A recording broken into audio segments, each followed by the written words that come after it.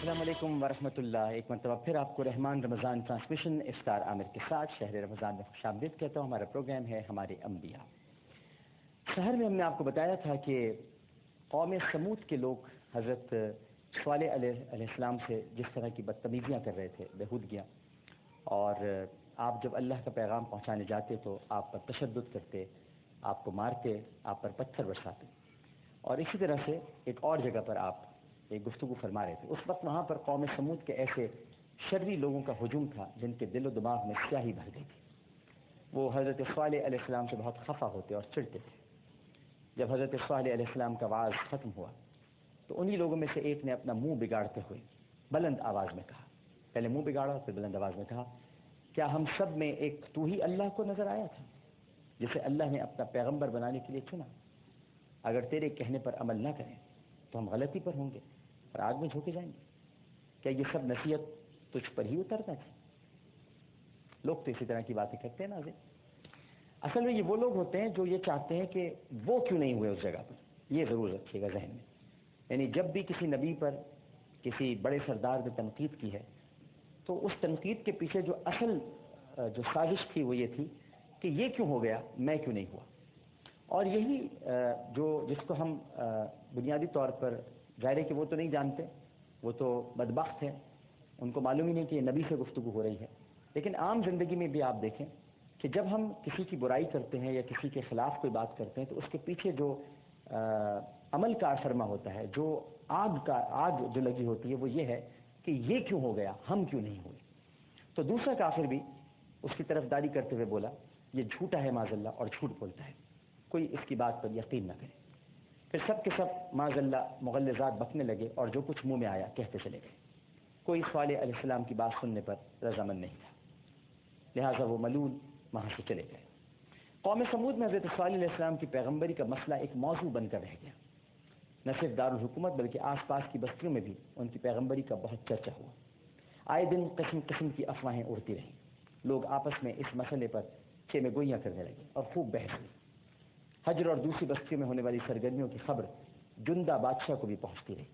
حضرت صالح علیہ السلام نے بھی اپنا واز نہ چھوڑا اور ان کی قوم بھی بحث و تکرار کرتی رہی. بالآخر جندہ نے ایک ترکیب سوچی.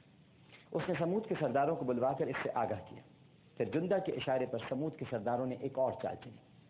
وہ کسی طرح حضرت صالح علیہ السلام کو اپنی دانش میں عاجز کرنا چاہتے تھے. ایک روز شام کے وقت یہ سب لوگ جمع ہو کر مسجد کے سامنے والی پہاڑی کے دامن میں جمع ہو گئے جہاں حضرت صالح علیہ السلام دین کی تبلیغ کیا کرتے تھے. سرداروں کے ساتھ آبادی کے دوسرے لوگ بھی ساتھ ہو لیے تھے کہ دیکھیں آج کیا ہوتا ہے، کیونکہ آج ان کے تیور ٹھیک نہیں تھے. ان میں شامل حجر کے ایک بڑے ہیکل کا کاہن بھی تھا. جب صالح علیہ السلام اپنا واز ختم کر چکے اور مسجد کی طرف جانے لگے تو اس ہجوم کو آتے دیکھ کر رک گئے. آبادی کے وہ لوگ جو صرف تماشا دیکھنے آئے تھے وہ تو وہیں پیچھے رک گئے. باقی قوم کے سردار ان کے قریب آ گئے. ان میں سے ایک سردار باقی سرداروں کی نمائندگی کرتے ہوئے حضرت صالح علیہ السلام سے یوں مخاطب ہوا، اے صالح علیہ السلام، ہم تیری ان باتوں سے حرکتوں سے تنگ آ گئے ہیں. اگر تیرا تعلق ہماری قوم سے نہ ہوتا تو یقین کر اب تک ہم تجھے ختم کر چکے ہوتے.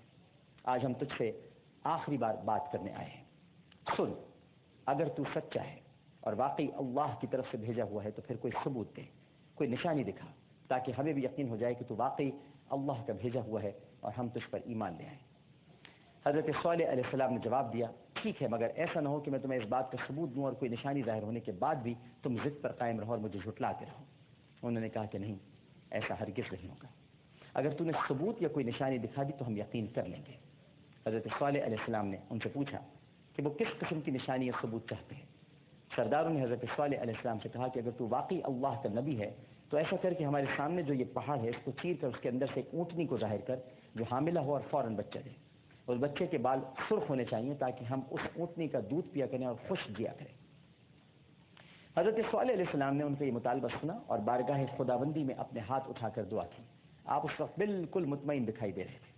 ادھر سمود کے سردار خوش تھے. انہیں یقین تھا کہ ان کا مطالبہ کبھی بھی پورا نہیں ہو سکے گا کیونکہ انہوں نے اپنی دانش میں ایسی نشانی کا مطالبہ کیا ہے جو ناممکن ہے. ان کی محدود عقل میں بھلا یہ بات کس طرح سما سکتی تھی کہ اللہ ہر چیز پر قادر ہے، وہ جو چاہے کر سکتا ہے، وہ ہر ناممکن کو ممکن بنا سکتا ہے. حضرت صالح علیہ السلام کی آنکھیں بند تھیں اور ہونٹ ہل رہے تھے، گویا وہ اللہ کی بارگاہ میں دعا میں مصروف تھے تاکہ اللہ ان کی دعا سن سکے اور کافر سرداروں کو یقین ہو جائے کہ وہ واقعی اللہ کی طرف سے بھیجے ہوئے پیغمبر ہیں۔ سردار بڑے غور سے کبھی پہاڑ کو دیکھتے تو کبھی صالح علیہ السلام کے چہرے کی طرف دیکھتے، کبھی خوش ہوتے تو کبھی پریشان دکھائی دینے لگتے۔ آخرکار اللہ نے اپنے پیغمبر کو ان کے سامنے جھوٹا ہونے سے بچا لیا۔ اللہ نے حضرت صالح علیہ السلام کی دعا قبول فرما لی، اور کچھ دیر بعد پہاڑ کی طرف سے ایک زوردار آواز آئی۔ وہ سب سردار گھبرا گئے اور فوراً اس آواز کی طرف متوجہ ہو گئے۔ اس کے بعد پتھر کا ایک ٹکڑا ٹوٹ کر 2 حصوں میں تقسیم ہو گیا اور اس میں سے ایک اونٹنی باہر نکل آئی جو حاملہ تھی۔ سردار یہ دیکھ کر حیران رہ گئے، وہ خاموش کھڑے سب کچھ دیکھ رہے تھے۔ تھوڑی دیر بعد اونٹنی نے ایک بچے کو جنم دیا جس کے بال سرخ رنگ کے تھے۔ سارے سردار یہ تمام منظر شدید حیرت کے عالم میں دیکھ رہے تھے جو ان کی سوچ کے بالکل برعکس تھا۔ جب یہ ثبوت انہیں ملا تو ان میں سے ایک سردار فوراً ایمان لے آیا۔ دوسرے سردار بھی جب ایمان لانے لگے تو ہیکل کے کاہن نے انہیں روک دیا اور سختی سے بولا، تم کیا کر رہے ہو؟ رک جاؤ، مت لاؤ اس پر ایمان، اس نے ہماری آنکھوں پر جادو کر دیا۔ دیکھیے کیسے ہوتے ہیں لوگ، آپ سامنے معجزے دکھائیں تب بھی نہیں، جن کو نہیں بدلنا ہوتا ناظرین کرام وہ نہیں بدلتے، ان کے دلوں پر مور لگ جاتی ہے۔ ختم اللہ علی قلوبہم وعلی سمعہم وعلی ابصارہم غشاوۃ ولہم عذاب عظیم۔ اس نے ہماری آنکھوں پر جادو کر دیا ہے، تم ہرگز نہ بدلو۔ سردار جو ایمان لانے لگے تھے انہوں نے اپنا ارادہ بدل لیا۔ اسی دوران اونٹنی 2 بار بولی اور اس پہاڑ کے دامن میں اپنے بچے کے ساتھ چرنے لگی جس سے وہ پیدا ہوئی تھی۔ کافروں کے لیے بڑی حیران کن بات تھی۔ کاہن رباب نے یہ اندازہ لگا لیا تھا کہ قوم کے سردار صالح علیہ السلام کے اس ثبوت سے متاثر ہو گئے ہیں اور وہ ضرور اس کے مذہب کو اپنا لیں گے۔ سرداروں کو متاثر ہوتے دیکھ کر کاہن کہنے لگا، یہ عقل کے بالکل خلاف ہے کہ ایک چٹان کے پتھر سے ایک اونٹنی نکل آئی اور پھر اس نے ایک بچے کو جنم دیا۔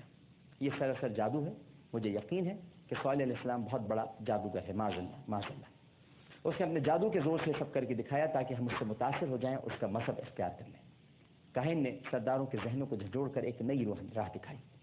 ان میں سے ایک سردار نے کاہن کی بات کی فوراً تائید کی اور کہنے لگا، یہ واقعی جادو ہے، اور اس نے خود کو منوانے کے لیے جادو کے زور پر پتھر سے اونٹنی کو نکالا اور پھر اس نے بچہ دیا۔ بھلا اس سے بڑا جادو اور کیا ہو سکتا ہے؟ یہ ہرگز اللہ کی طرف سے نہیں بھیجا گیا ہے۔ اب آگے کیا ہوا؟ یہاں بحث مباحثہ ہو رہا ہے۔